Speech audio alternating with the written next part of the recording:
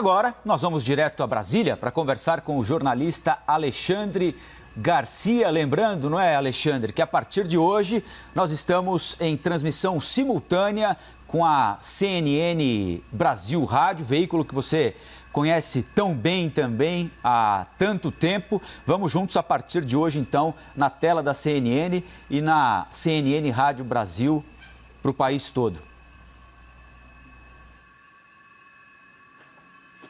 Bom dia, Colombo. É verdade. Rádio é capilaridade, né? A gente não consegue carregar uma televisão nem ficar lendo o jornal em determinado trabalho, mas o rádio a gente pode ouvir o dia inteiro. Então vamos em frente com os primeiros assuntos desta terça-feira. Alexandre, agora há pouquinho foi confirmado que o caso do chefe do PCC, André do Rep, vai ser levado amanhã ao plenário do Supremo Tribunal Federal. Nós discutimos bastante este assunto aqui ontem no Liberdade de Opinião, uma discussão, um debate tremendo entre diversas autoridades, juristas, sobre a decisão tomada pelo ministro Marco Aurélio Mello e desfeita depois à noite pelo ministro Luiz Fux. Agora, a decisão do presidente da Corte de levar o tema ao plenário, formado momentaneamente por 10 ministros. Neste período entre a aposentadoria do ministro Celso de Mello e a sabatina, e depois, se for aprovada, a posse do desembargador Cássio Nunes. É a decisão correta, Alexandre, para tentar contemporizar um pouco as coisas, levar este assunto ao plenário do Supremo? Eu estou com a mão aqui segurando o queixo, para o queixo não cair, né? A nossa Suprema Corte, a Suprema Corte do país, a Corte Constitucional do país, é o que está escrito lá no artigo 101 da Constituição, né? Vai se reunir em pleno para decidir sobre um habeas corpus de um traficante. Até onde desceu a Suprema Corte, né? E é uma coisa que está envolvendo a opinião pública, né? Porque a Suprema Corte trata de habeas corpus de traficantes. É uma coisa... É incrível, é uma perda de energia e uma perda de tempo, mas uma necessidade que o ministro Luiz Fux viu, né? Interessante que toda e qualquer instância da justiça, no devido processo legal, né, tem a Câmara Revisora.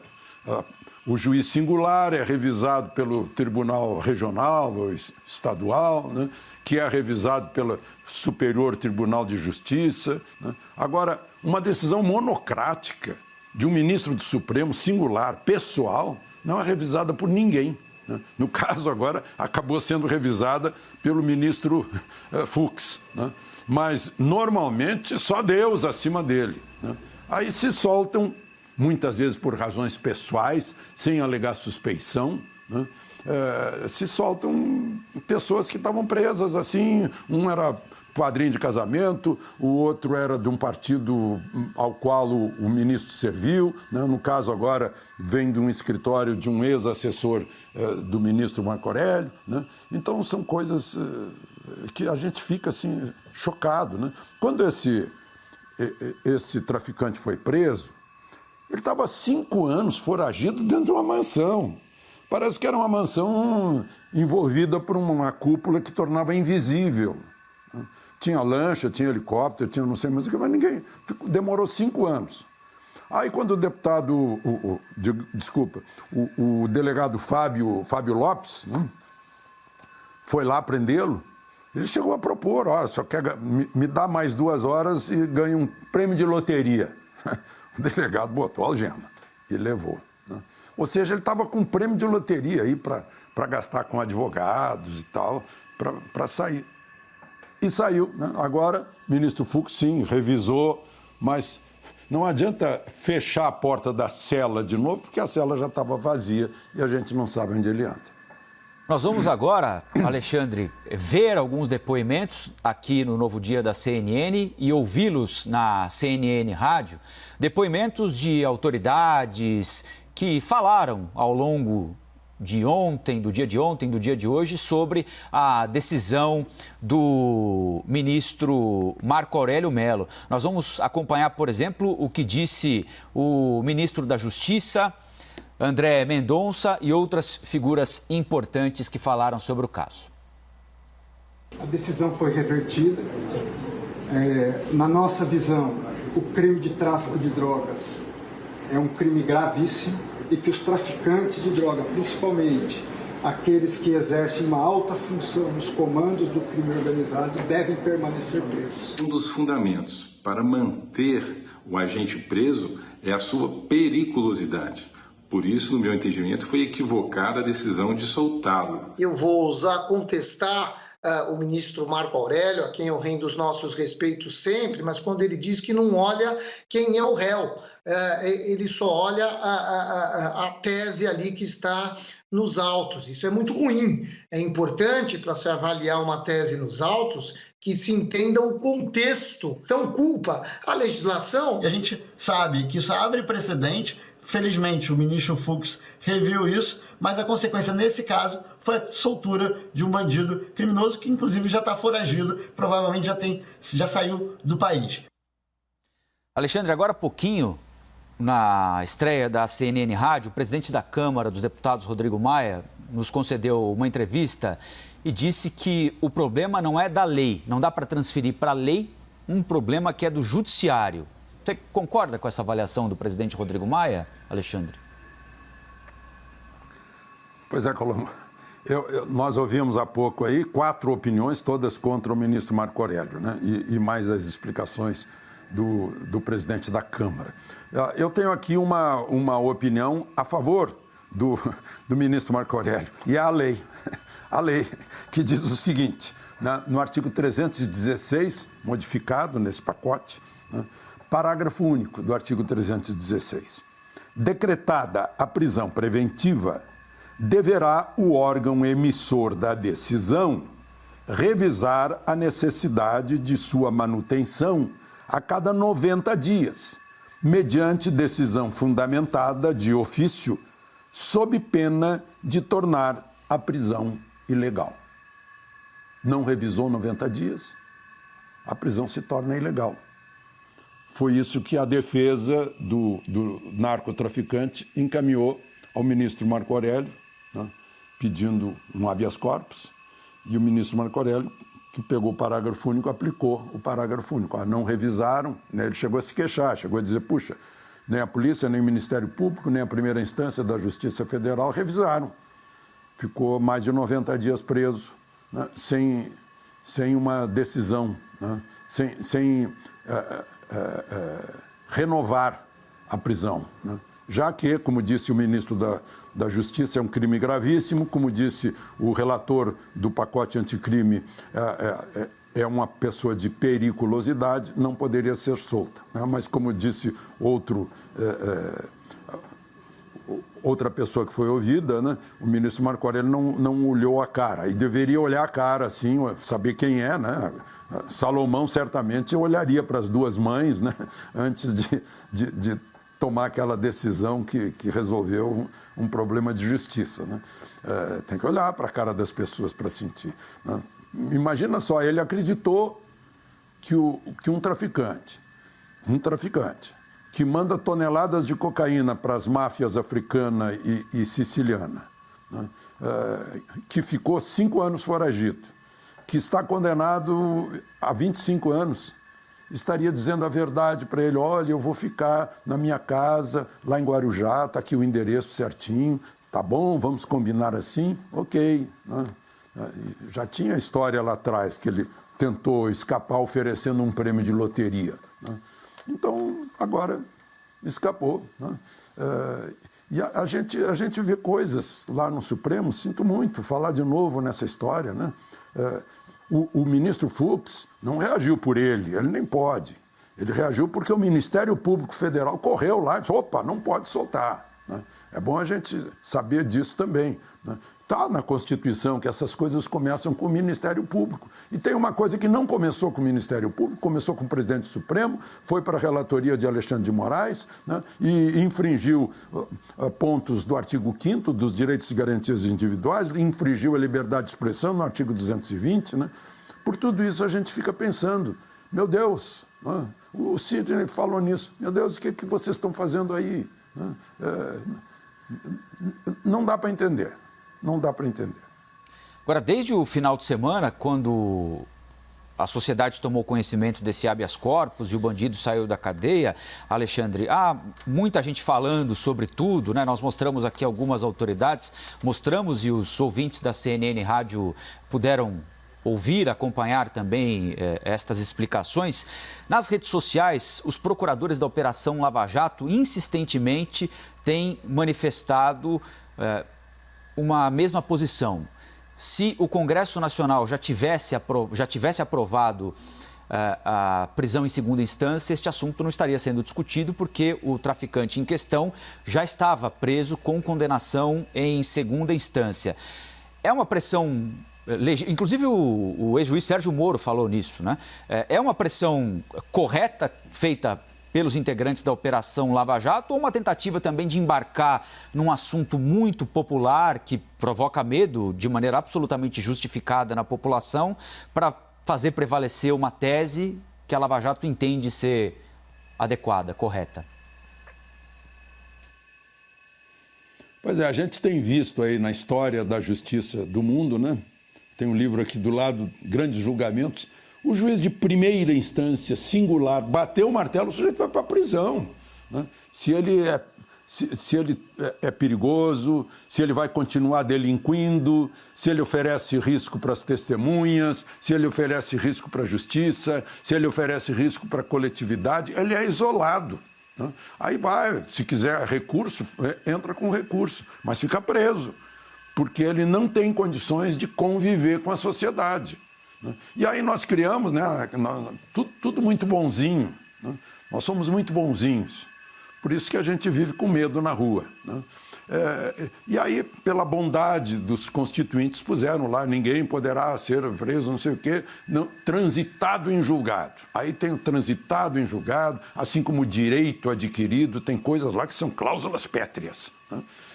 E aí a gente fica pensando como transitado em julgado. E enquanto isso, ele continua lá na mansão de Anga, continua mandando cocaína, né? Agora vai mandar de outros lugares, né?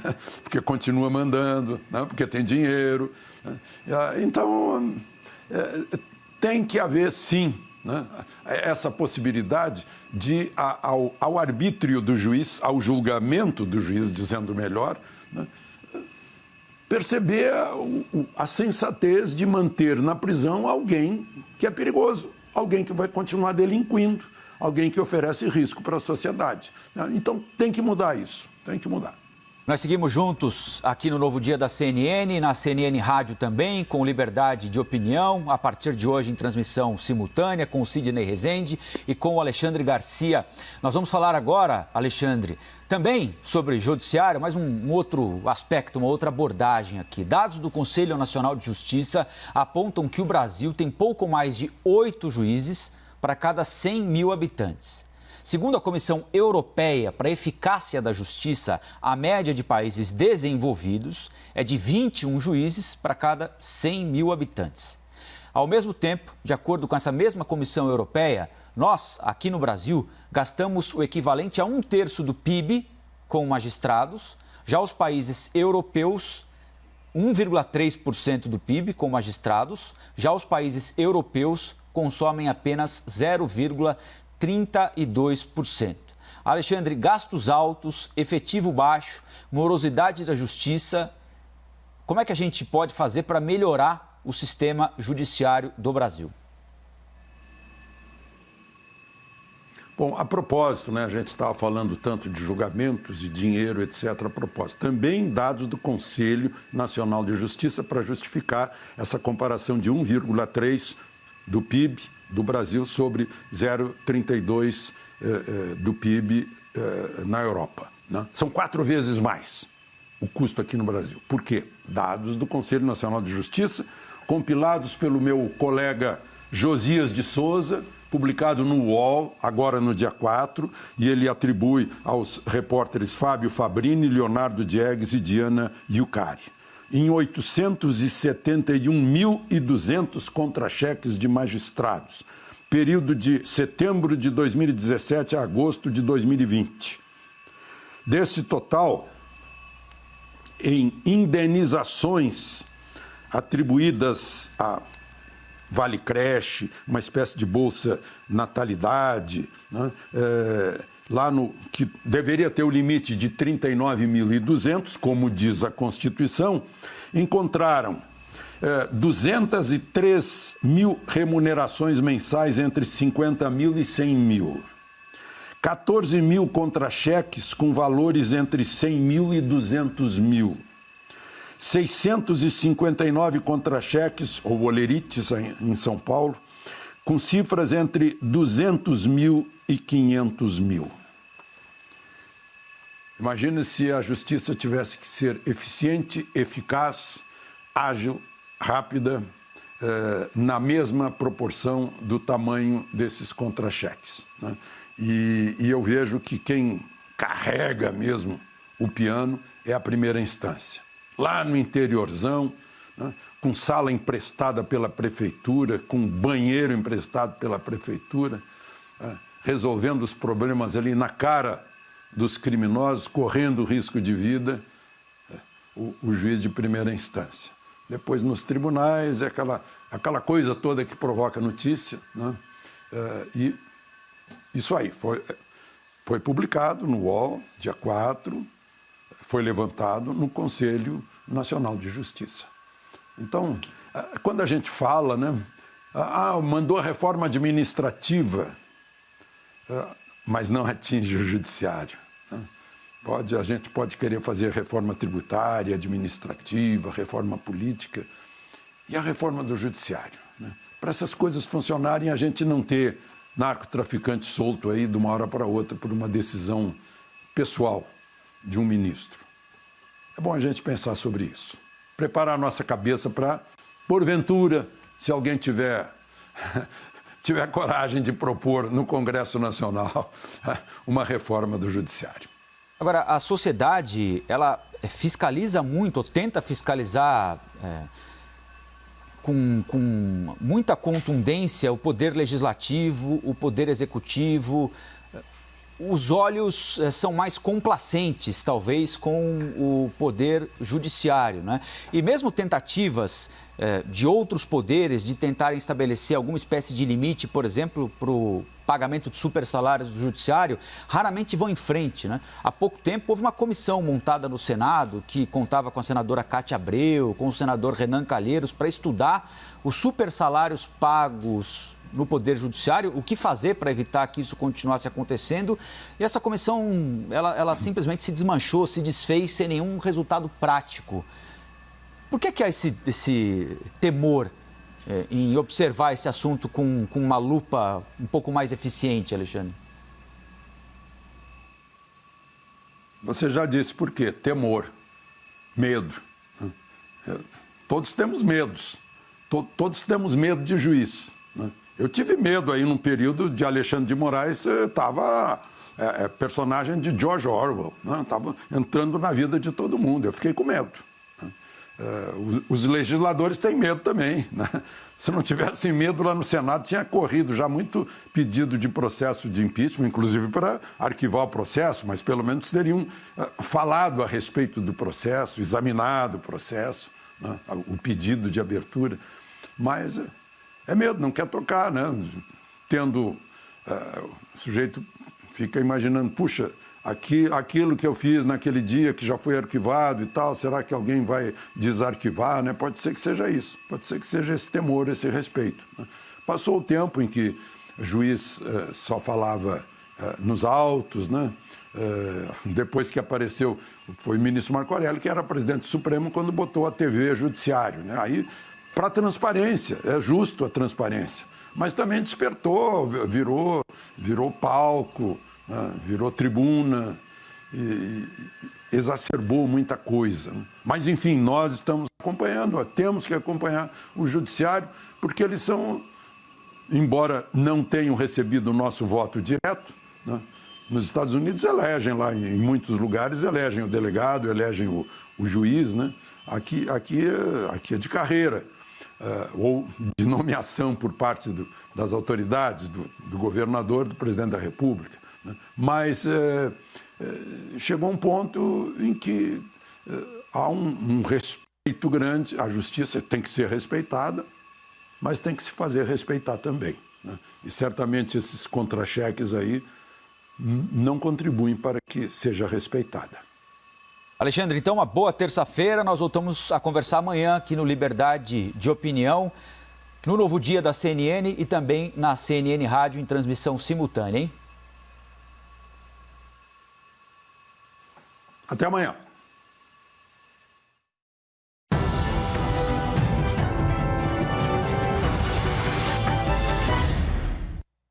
As opiniões emitidas pelos comentaristas do quadro não refletem necessariamente a posição da CNN.